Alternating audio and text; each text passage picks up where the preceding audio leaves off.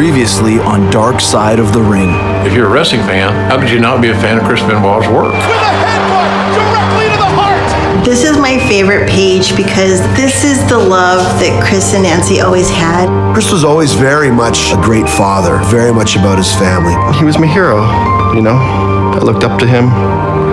I have never, ever seen a closer friendship as I did between Chris and Eddie. Eddie Guerrero has passed away. My next thought was, oh my God, Chris. I love you, Eddie. He didn't handle it well. Let me just say it like that. Nancy started getting really worried. She's like, I'm really worried for Chris. I just had this really bad feeling. We have more for you now on a developing story in Fayette County, the deaths of a pro wrestler and his family. In the immediate wake of Chris Benoit's death, the world is desperately searching for answers. What comes to light goes beyond anything anyone could imagine. People just couldn't believe it, couldn't fathom that something like that could happen. It can't be real. Like, where's my nephew? That can't have happened because the person that I knew would not do this horrific thing. But I think this is going to be gigantic. This will affect WWE. Well, the question is, was he on steroids at this time? Did the blows to the head Benoit received in the wrestling ring fundamentally change his brain? It really, really was the darkest time of my life.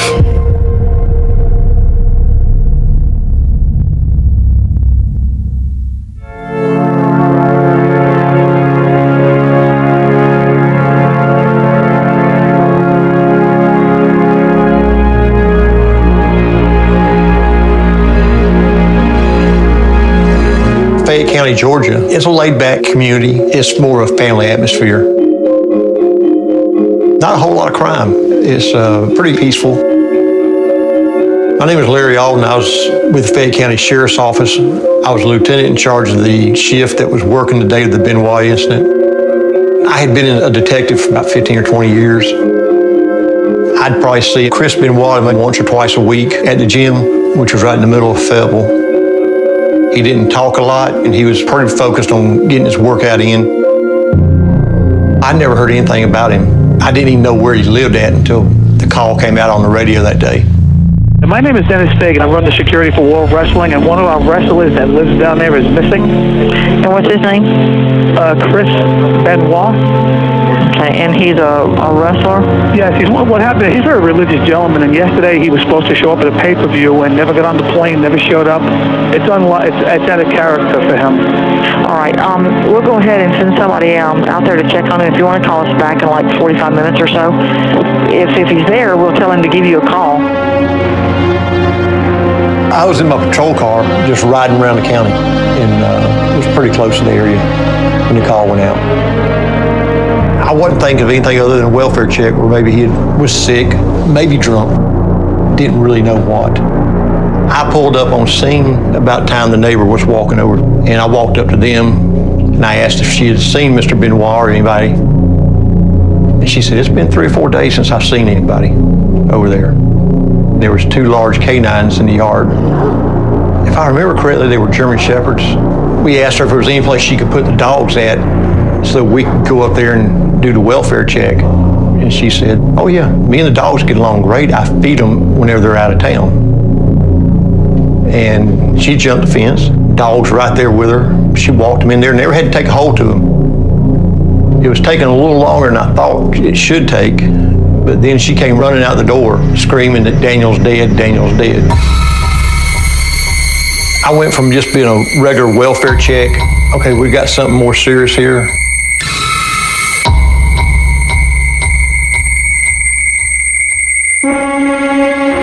We crossed the fence at that time, myself and Deputy Mundy, and we made entry through the side door, which she had left open. We drew our weapons, not knowing what we was going to come upon. It was daylight, and they had plenty of windows in the house, so you had a lot of light coming in. There was an odor in the house. And I looked over at Deputy Mundy and said, something is dead in here. There was a set of stairs going up to a bedroom. So we went up those steps, and sure enough, that's where the juvenile child was at, laying in bed. I noticed the child was laying on the bed face down. Deputy Mundy said, do we need to start CPR? And I said, no. He'd passed away. We started clearing all the different rooms and doors. We found another room, and that's where we found Miss Benoit at. She was laying on the floor, and she was wrapped up in a blanket or maybe a rug or something like that. Went downstairs to the basement area, which was a couple of large open rooms. And the last door we opened was the gym door. And that's where Mr. Benoit was at. Because of the mirrors and at the angle Deputy Mundy was at to my right, she saw the reflection at the far end of the room, which might have been 5 to 7, 10 feet away from where he actually was. And she started to say, "Show me your hands, Fayette County Sheriff's Department." She could not see. He had a cable from one of his weight machines around his neck and had some weights on it. That's when I told her, I said, "He's sitting right here, he's passed away." Radio had called us, asked if everything was okay, and I told them on the radio that it looked like it might be a homicide and suicide. It was within 2 or 3 minutes of us walking back outside that somebody had already strung crime scene tape across the front of the property. I was at the gym, and I remember I was driving home. My son was with me, and I got a call from one of the writers from WWE who called me and said, "Are you sitting down?" I'm like, "What's going on here, dude?" And that's when he said, "Chris is dead." And I said, "What? Chris who?" And he says, "Chris Benoit." And I pulled over on the side of the road, and I just started bawling. And I remember my son, he said, "Daddy, you cry funny." I was just crying, just bawling. At this time, no one knew what happened. So WWE is just thinking that Chris Benoit has passed away along with Nancy and Daniel. You're not trying to put together that, okay, did someone break in? Did carbon monoxide happen? What's going on? You just know that these two of your friends are gone and no one has answers. Vince McMahon, the chairman of the board, couldn't go on the air and not do anything. So we went on the air and did what we thought was right. Tonight, this arena here in Corpus Christi, Texas, was to have been filled to capacity with enthusiastic WWE fans.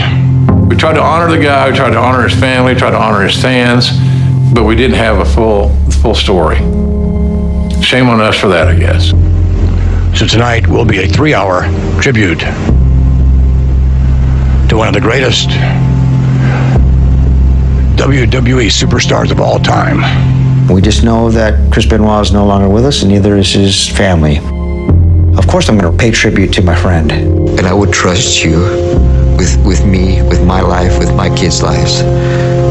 Because I know you, Chris. I know your heart. Yeah, they called me and asked me if I wanted to be on it, and I was like, absolutely not. I remember just sitting there, like just watching, like dead, the bottle of vodka, just drinking, like, you know, because Eddie's was bad. This was worse. Chris Benoit was not only one of the greatest wrestlers I ever saw, but he was one of the best friends I ever had in this business. We did not know all the information. That's our fault. We were trying to serve the audience. It was a major story. It was hitting all the news sources, and we had a TV show. We wanted to update people on what the hell was going on. But we didn't have all the information.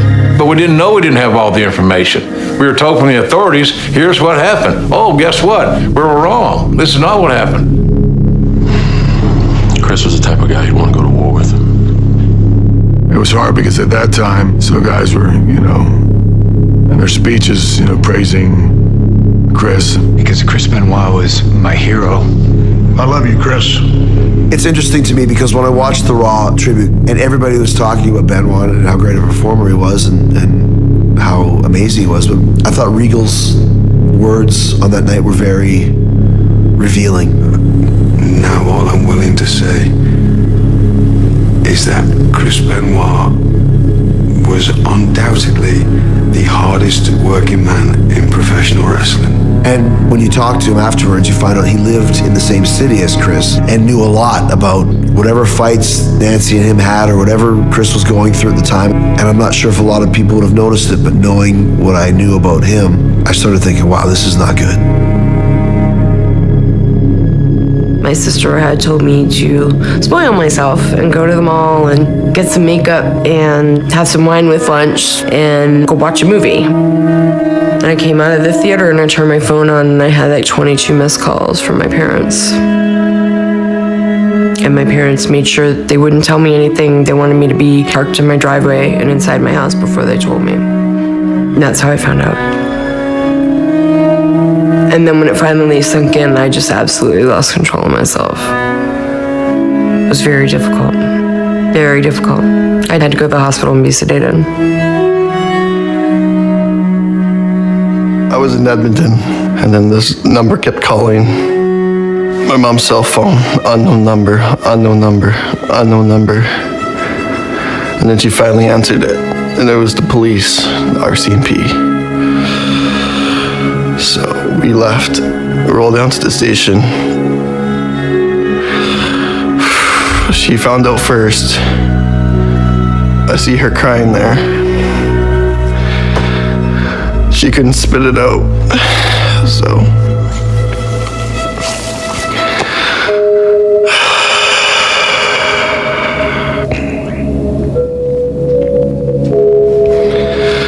The cop told me that they all passed away over the weekend.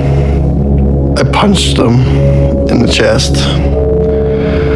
And then me and the cop went for a walk. We talked. And that, your dad loved you. They all loved you. And I thought it was a joke. I really did. It wasn't until after the show and after the fact that all the details started coming in. We have more for you now on a developing story in Fayette County, the deaths of a pro wrestler and his family. Fayetteville authorities say the bodies of Chris Benoit and his family were found this afternoon in their home. Right now it's being investigated as a murder-suicide. However,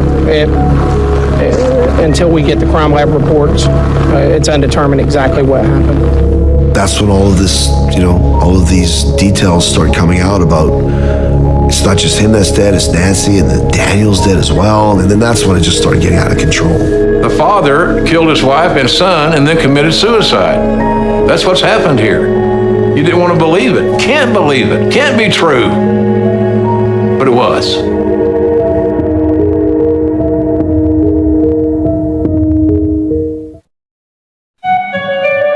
The evidence indicates that it was a particularly brutal and vicious murder. It was something that showed some sign of real rage. I'm Matthew Randazzo V, and I'm the author of Ring of Hell, the story of Chris Benoit and the fall of the pro wrestling industry. The weekend of the murders, on Friday, Chris Benoit had a barbecue out by the pool with Daniel, and then that Friday evening, it appears that there was some sort of altercation between Chris and Nancy, that Chris restrained Nancy with duct tape and then utilized a telephone cord to strangle her, and then placed a Bible next to her body. There were a number of beer cans and wine bottles around that indicate Chris may have been drinking. Next morning, on Saturday, Chris, we assume, gave his son Daniel Xanax and then murdered him in his room, being suffocated by his father. A Bible was then placed next to Daniel as well. After that, Chris made a phone call and let friends know that Daniel and Nancy were both suffering from a bad stomach virus, and that he had to take them to the hospital. That night, Chris went to bed with the bodies of his wife and child in the house. On Sunday, Benoit makes a couple searches on the internet that are chilling in retrospect. One for a story in the Bible about the prophet Elijah and the resurrection of a dead boy in the Old Testament. And then a search about the quickest and most painless way of breaking one's own neck. Chris then went down to his home gym with a half-drunken bottle of wine. He went to his lat pull-down machine, he took the bar off, he wrapped a towel around his neck, and he took the metal cord from the lat pull-down machine and put it around his neck. He adjusted the weights to 240 pounds, and then he released it. So it's a very bizarre scenario, it's a very bizarre weekend, and it doesn't leave a lot of answers. He was just a guy, like my friend. Nobody expects their friend to kill their family? Like, what?